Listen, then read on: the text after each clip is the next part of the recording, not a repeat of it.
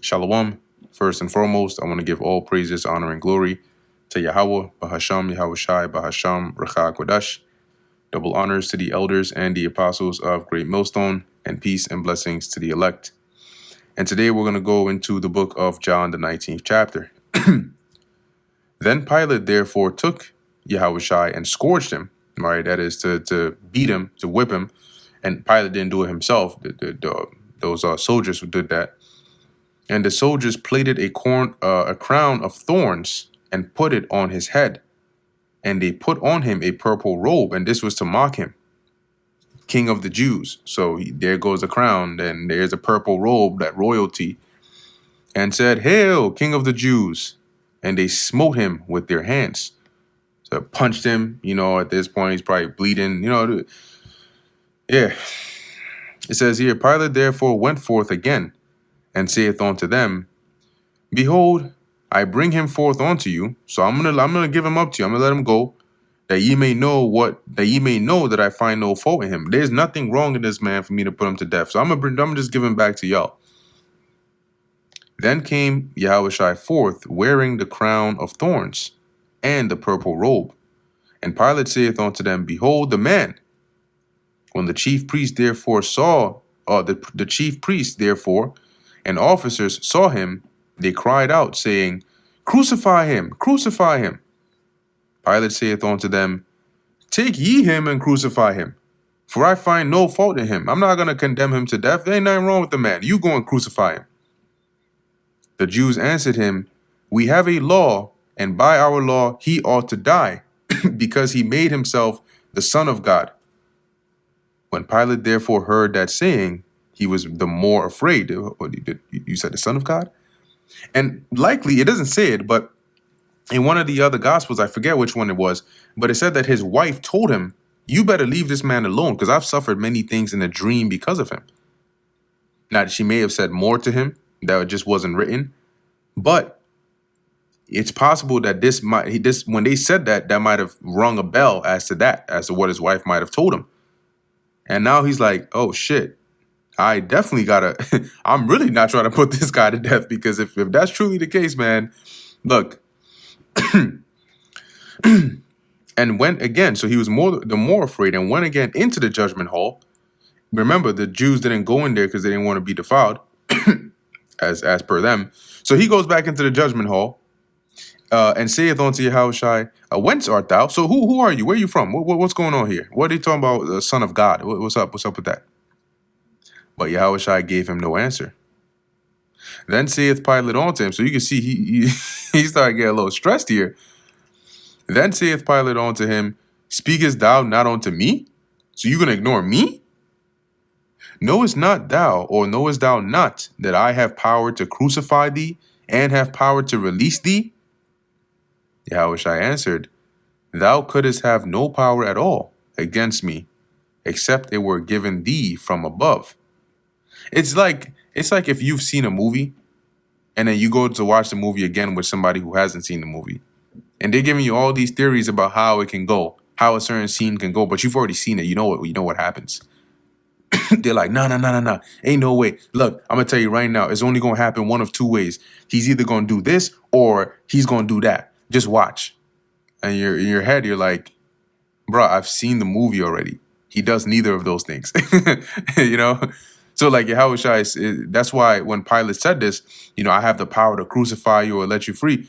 Yahushua, his mind, he's like, bro, your words are so irrelevant right now, because you cannot let me go free, because it's not according to the way it's been set to happen. I'm gonna be crucified. So you telling me you can let me release me, it doesn't mean anything, because that's not gonna happen. Yahushua answered, Thou couldst have no power at all against me, except it were given thee from above. So the only power you have is that which the Lord has permitted to happen. You just happen to be in the shoes to give the go ahead on it, but you don't really have any power. Therefore, he that delivered me unto thee hath the greater sin. So, and he was referring to those wicked Jews, the scribes and Pharisees, and the high priests basically those that condemned Yahushua, that brought him and delivered him onto the hands of Pilate. And from thenceforth, Pilate sought to release him. So at this point, he's like, "Look, I'm ready. I'm just about ready to let him go." But the Jews cried out, saying, "If thou let this man go, thou art not Caesar's friend. Whosoever maketh himself a king speaketh against Caesar." So now they try to threaten Pilate with this, because Pilate was afraid. I mean, who wouldn't be afraid? It's like, oh wait, so now you're siding with this man who is speaking against Caesar, and you're basically showing yourself to be adverse to Caesar. That's the direction they try to go with. When Pilate therefore heard that saying, he brought Yahushua forth and sat down in the judgment seat in a place that is called the Pavement, but in the Hebrew, Gabbatha. Let's look up that that word. So it says here, pavement, a mosaic or tessellated pavement, a place near the Praetorium or Palace of Jerusalem, which is another name for the judgment hall, the Praetorium. It says here, i.e. a tessellated mosaic on which the Roman tribunal was placed. It says of places in the outer courts of the temple. And you have some stuff here on Josephus. So basically, it sounds like a place where they would give out, that. Okay, it says here, this is the Greek equivalent of the Hebrew word Gabbatha.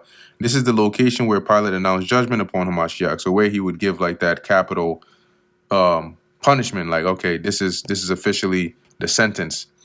Let's look at the Hebrew word for it. Well, it looks like they have a lot more over here. Okay, this place in the Greek tongue was called Lithostrotos, or the pavement of stones, as the Syriac version renders. It is thought to be the room Gazith, in which the Sanhedrin sat in the temple when they tried capital issues, which the Sanhedrin was. It was like the court, okay, of Israel. Let's type that in there. Yeah. So they made an error. Just wanted to confirm the spelling there. Should be Sanhedrin. Sat in the temple when they tried capital issues, and it was so called because it was paved with smooth, square hewn stones. So that's where he went to give out the capital punishment officially against Yahushua. And it was the preparation of the Passover and about the 6th hour, which is about 12 noon. So the preparation of the Passover is before the Passover, right? So the Passover comes in at sundown. The preparation is the time before that, which once again, like I mentioned in the previous lesson, showing that Yahushua at this point he's not about to have the Passover. He's not about to eat the Passover. He already has. So his Passover was kept prior to the Jews' Passover. That's why he was able to be put to death on their Passover, or on that day, you could say, right? So it says here, and about the 6th hour he saith unto the Jews, behold your king. But they cried out, away with him, crucify him. Pilate saith unto them, shall I crucify your king? The chief priests answered, we have no king but Caesar. And you know what's very interesting about that? These are the same Israelites whose forefathers said that they wanted a king, right? Going back to the time of Samuel. Samuel was upset with it, right? But because he was like, the Lord is your king. They said, no, we want a king like the rest of the nations and so on. And then I think in the law it says that basically you shall not set up one that is not of your own people over you. But now they're openly saying here, no, to hell with Yahushua, which is the actual king. We have no king but Caesar. What happened to the Most High? I thought he was the king. Then delivered he him therefore unto them to be crucified. So he basically gave that capital, like that official order. All right, cool. If they want him crucified, then fine, go ahead. And they took Yahushua and led him away. And he, bearing his cross, went forth into a place called the place of a skull, which is called in the Hebrew Golgotha, where they crucified him, and two other with him, on either side, one, and Yahushua in the midst. So he had the two others that were crucified with him, one on the left, one on his right. And Pilate wrote a title and put it on the cross. And the writing was, Yahushua of Nazareth, the King of the Jews. Now this is interesting that Pilate wrote it this way, because it says here, this title then read many of the Jews, for the place where Yahushua was crucified was nigh to the city. So a lot of people coming in or out of the city would be able to see it. And it was written in Hebrew and Greek and Latin. Then said the chief priests of the Jews to Pilate, write not, and these are the priests, write not the King of the Jews, but that he said, I am King of the Jews. So they were saying, no, change the writing from King of the Jews to he said that he was the King of the Jews. Pilate answered, what I have written, I have written. So he didn't change it. So it's a spirit how he wrote it, and he really wrote the truth that Yahushua is the King of the Jews, or King of Israel. And they wanted him to change it to say he was just saying he was King of Israel. Then the soldiers, when they had crucified Yahushua, took his garments and made 4 parts, right? Because they parted it, his clothing, to every soldier a part, and also his coat. Now the coat was without seam, woven from the top throughout, meaning it wasn't stitched together. It was of one part, right? It was one cloak all together. So if you were to rip it, you would destroy it, because it wasn't like different fabrics or different not fabrics but different cloths or material that was stitched together to make a cloak or a coat. And this was on purpose, right? They said therefore amongst themselves, let us not rend it, don't let us tear it, but cast lots for it, because since it's all of one material, let's just cast lots, so whoever gets it gets the whole thing. Whose it shall be, that the scripture might be fulfilled, which saith, they parted my raiment among them, so they divided my clothing among them, and for my vesture, which is his coat, they did cast lots. So because the coat he was wearing was not suitable to be separated, they decided to cast lots, so whoever would get it would get will get it in whole. And that was set up that way to fulfill that prophecy that was written. These things, therefore, the soldiers did. Now there stood by the cross of Yahushua his mother and his mother's sister, Mary the wife of Cleopas, and Mary Magdalene. When Yahushua therefore saw his mother and the disciple standing by, whom he loved, which is talking about John, he saith unto his mother, Woman, behold thy son. Then saith he to the disciple, Behold thy mother. And from that hour, that disciple took her onto his own home. And what he meant by that was, take care of my mother, and to his mother, he's going to be like a son unto you. After this, Yahushua, knowing that all things were now accomplished, that the scripture might be fulfilled, saith, I thirst. So even though he was in excruciating pain, remember what he said, like the example he gave about the woman who is in all this pain, but when she is delivered of the baby, she is in extreme joy. So he was in all this pain and all this anguish and suffering, but the joy was that's the finish line. You're done. So whatever pain you're going through now, it's okay, because you're not going to go through that again. You've done it. You've finished it. Now there was set a vessel full of vinegar, and they filled a sponge with vinegar and put it upon hyssop and put it to his mouth. When Yahushua therefore had received the vinegar, he said, It is finished, and bowed his head and gave up the ghost. So he died. The Jews, therefore, because it was the preparation, that is, the preparation is, if the Sabbath is coming in sundown today, your time of preparing is the daytime before the sun goes down. So as it says here, that the body should not remain upon the cross on the Sabbath day, so before sundown, because that's when the Sabbath would begin. So in order to prevent those bodies from hanging there all throughout, for the Sabbath day was an high day, which was the Passover. And when you read this in the NLT, it tells you that explicitly, right? It was the day of preparation, and the Jewish leaders didn't want the bodies hanging there the next day, which was the Sabbath, and a very special Sabbath because it was the Passover, because the Passover is a Sabbath. So because of that, they besought Pilate that their legs might be broken and that they might be taken away, because then that would speed up their death. And then they could be removed off those crosses and then taken down. Because in the law, I believe you're not supposed to hang. Like if you hang somebody, they're not supposed to stay on there all throughout the night. You got to take their body down before sundown, if I remember correctly. Then came the soldiers and break the legs of the first and of the other, which was crucified with him. So the two other malefactors that were crucified with Yahushai.